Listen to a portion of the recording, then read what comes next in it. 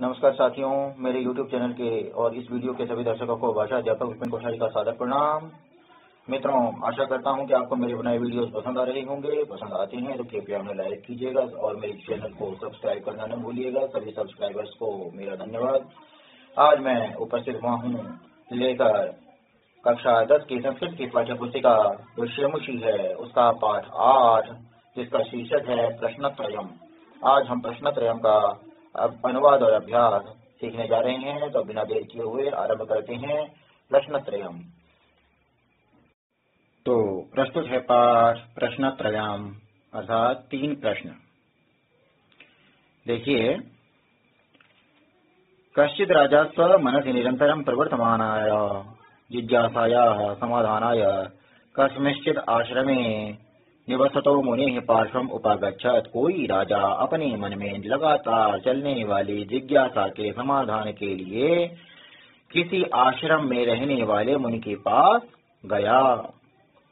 ठीक है, उसके समीप गया। तो तदानीं मुनिः स्वकार्य संलग्न एव राजानम् यथेष्टम् अभ्यनन्दत्। उस समय मुनि ने अपने कार्य में लगे हुए ही राजा को यथेष्ट अभिवादन करके उसका मतलब यथा योग्य अभिनंदन किया, स्वागत किया। और राजा ने उस मुनि से 3 प्रश्न पूछे। कौन सा समय श्रेष्ठ है, कौन सा पुरुष श्रेष्ठ है और क्या कार्य श्रेष्ठ है, अर्थात क्या कर्म श्रेष्ठ है। मुनि तो राजानम प्रति न ध्यात्वा स्वकार्यम एव अकरोत्। मुनि ने राजा की ओर ध्यान न देकर अपने कार्य ही करता रहा, यानी अपने कार्य में ही लगा रहा। तत्राश्रमे राज्ञो निवासादि व्यवस्थाम् अपि निर्धार्य मुनिर्न किमपि अवोचत्। प्रत्युत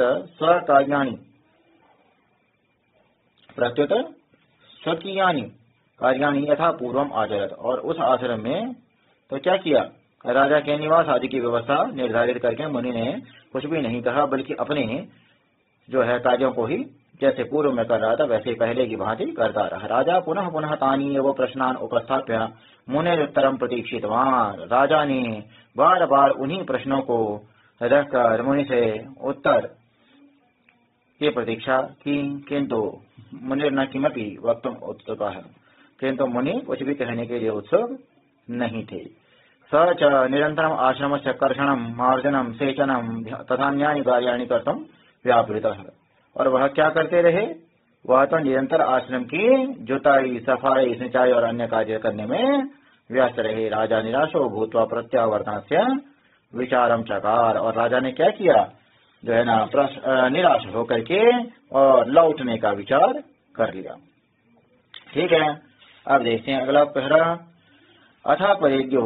अब दूसरे दिन क्या किया, राजधानी प्रति प्रस्थानोत्सुकस्य पुरतः कश्चित् शस्त्राहतः श्रमक्लान्तः पुरुषः आश्रमम् आगतः। राजा जो राजधानी के प्रति प्रस्थान के लिए उत्सुक थे, है ना, उनके सामने कोई शस्त्राहतः, शस्त्र के द्वारा मारा गया यानी चोटिल, श्रमक्लान्तः यानी घायल था वो, ठीक है, आहत था। और श्रमक्लान्तः भाग दौड़ने के कारण यानी परिश्रम के कारण पसीने से भीगा हुआ पुरुष जो है आश्रम में आ गया। तस्य कष्टम विलोक्य दयार्द्रो मुनि यथा साध्यम तस्योपचारे प्रवृत्तः। उसके कष्ट को देख करके दया के कारण गीले हुए जो मुनि हैं, यानी दया से भर उठे जो मुनि हैं, उन्होंने क्या किया, यथा साध्यम जैसा उनके द्वारा संभव था वैसा उसके उपचार में वो लग गए। राजा पितादृशस्य आतुरस्य दशया विकल इव मुने तस्मिन् कार्ये तदादेशेन सहायताम् चकार। और राजा ने भी उस जैसे आतुर की दशा के कारण विकल होकर के, परेशान होकर के उसने क्या किया, मुने तस्मिन् कार्य, मुनि के उस कार्य में तद आदेशेन उनके आदेश से सहायता चकार, सहायता की। कतिपयैरेव दिवसैर आगंतुको मुने राजश्चोपचारेण सस्तो जातः। कुछ ही दिनों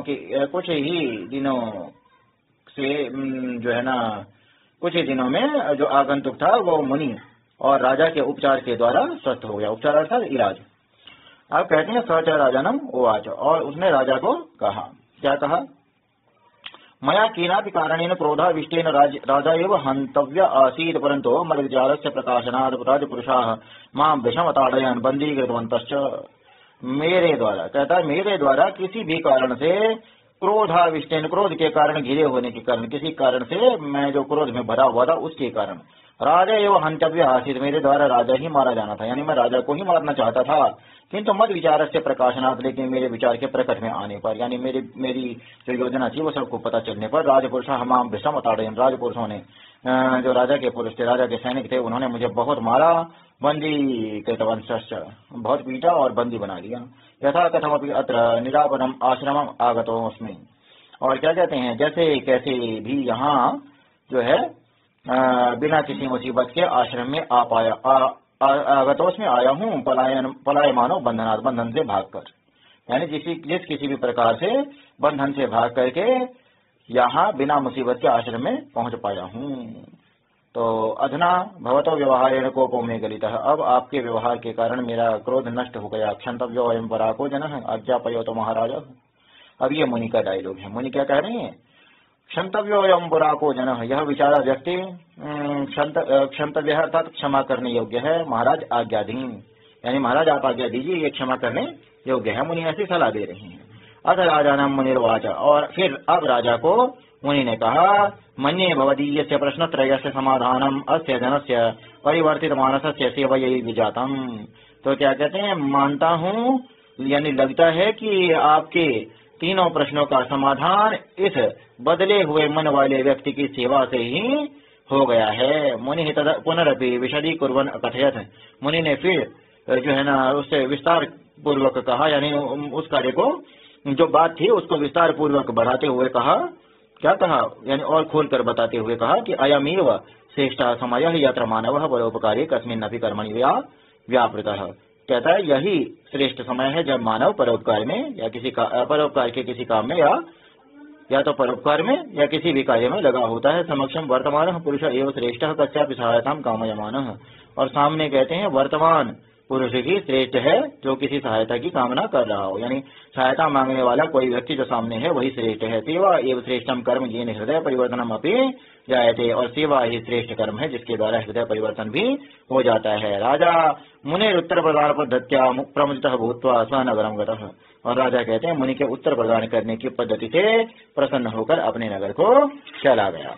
तो ये हुआ जी अनुवाद। अनुवाद के बाद ये देखिए अभ्यास। राजा किमर्थम मुने पार्श्वम उपागच्छत, ये उत्तर सहित हमने यहाँ पर दे रखा है, आप इसको देख सकते हैं, क्योंकि ये मेरे पास सहायक पुस्तिका है, तो आप देख सकते हैं इसको। प्रश्नत्रयम पाठ है, ये समास विग्रह है,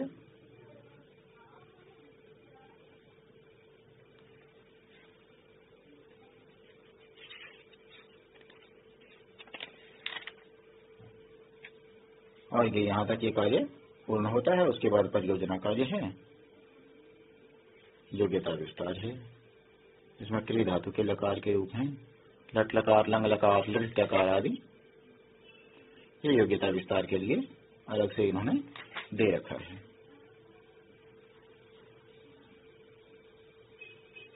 तो आशा है आपको वीडियो पसंद आया होगा। वीडियो को ध्यान से देखने के लिए आपका हार्दिक धन्यवाद, आभार, नमस्कार।